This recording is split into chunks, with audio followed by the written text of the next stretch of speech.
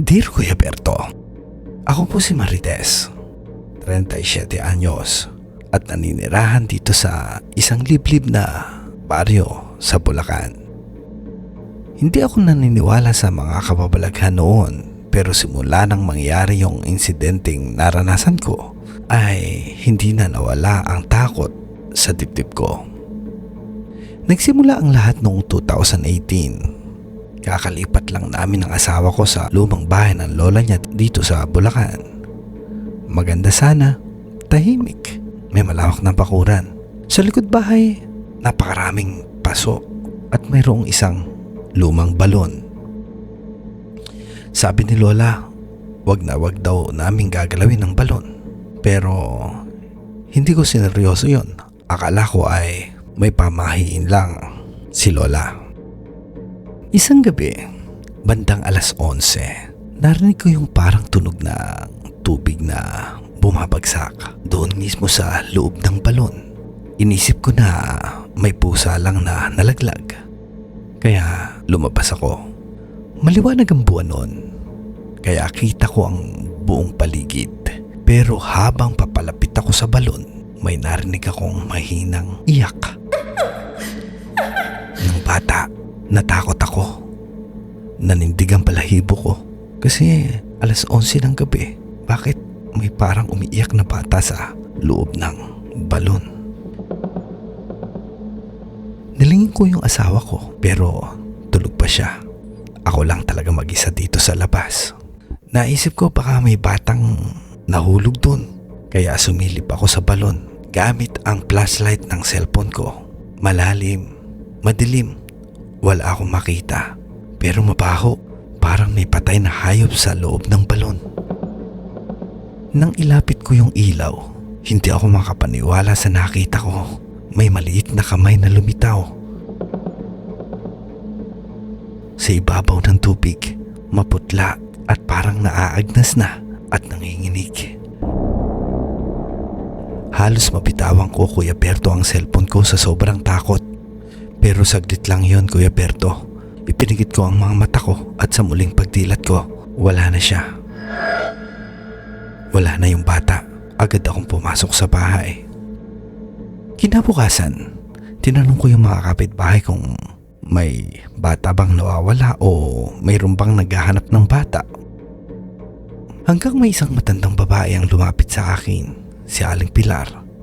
Sabi niya, baka narinig mo yung batang nalunod dati dyan sa balon. Yung anak ni Alma, walang nakakita kung paano daw siya nahulog.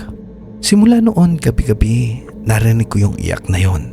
Minsan, humahalo sa hangin yung boses. Sinubukan kong huwag pansinin, pero parang lalong lumalapit.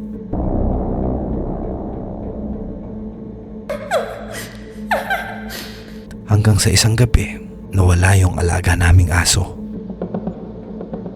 At nang hanapin ko sa likod bahay, nakita ko ang bakas ng paa ng bata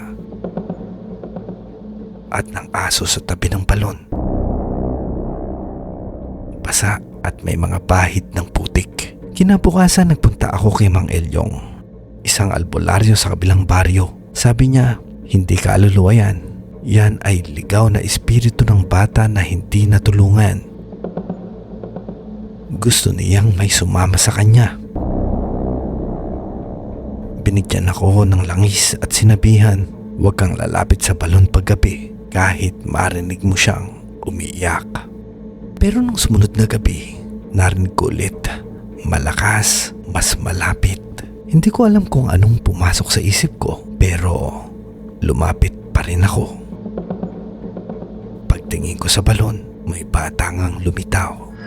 Basang-basa, tila babad, putik-putik, maputla, at nakangiti sa akin, Kuya Berto. Doon ko lang napansin na hawak niya na pala ako sa braso. Hinila niya ako pababa, Kuya Berto. Sumigaw ako ng ubod lakas. At dahil sa sigaw ko ay nagising ang asawa ko. Tanging pagsigaw lang ang nagawa ko. At wala na akong naalala. Nagising pala yung asawa ko nang dahil sa pagsigaw ko. Nakita niya daw akong nakahandusay sa tabi ng balon. Basang-basa at nanginginig. Wala akong maalala, Kuya Berto, kung nahulog ba ako o sadyang nakalabas lang ako. Kinabukasan, pinabless namin yung balon. Pero nang sinmula ng pare ang dasal, umangat ang tubig na parang may puwersa ng hangin. Parang may gustong lumabas at sa gitna ng pag-aalboroto ng tubig, nakita naming lumitaw ang isang maliit na katawan ng bata. Putot balat, nakadilat, parang galit. Maya-maya, tuluyan na itong lumubog. Pagkatapos ng pangyayaring yun ay agad naming pinabindisyonan ang balon. Pero minsan kapag tag-ulan, naririnig pa rin namin ang iyak ng bata sa ilalim ng lupa. Sabi ng pari, kaluluwa daw yon na naghahanap ng dasal. Kaya tuwing gabi ng undas, naglalagay ako ng kandila sa tabi ng balon para kahit papano ay makakita ng liwanag ang kaluluwang ng batang yon.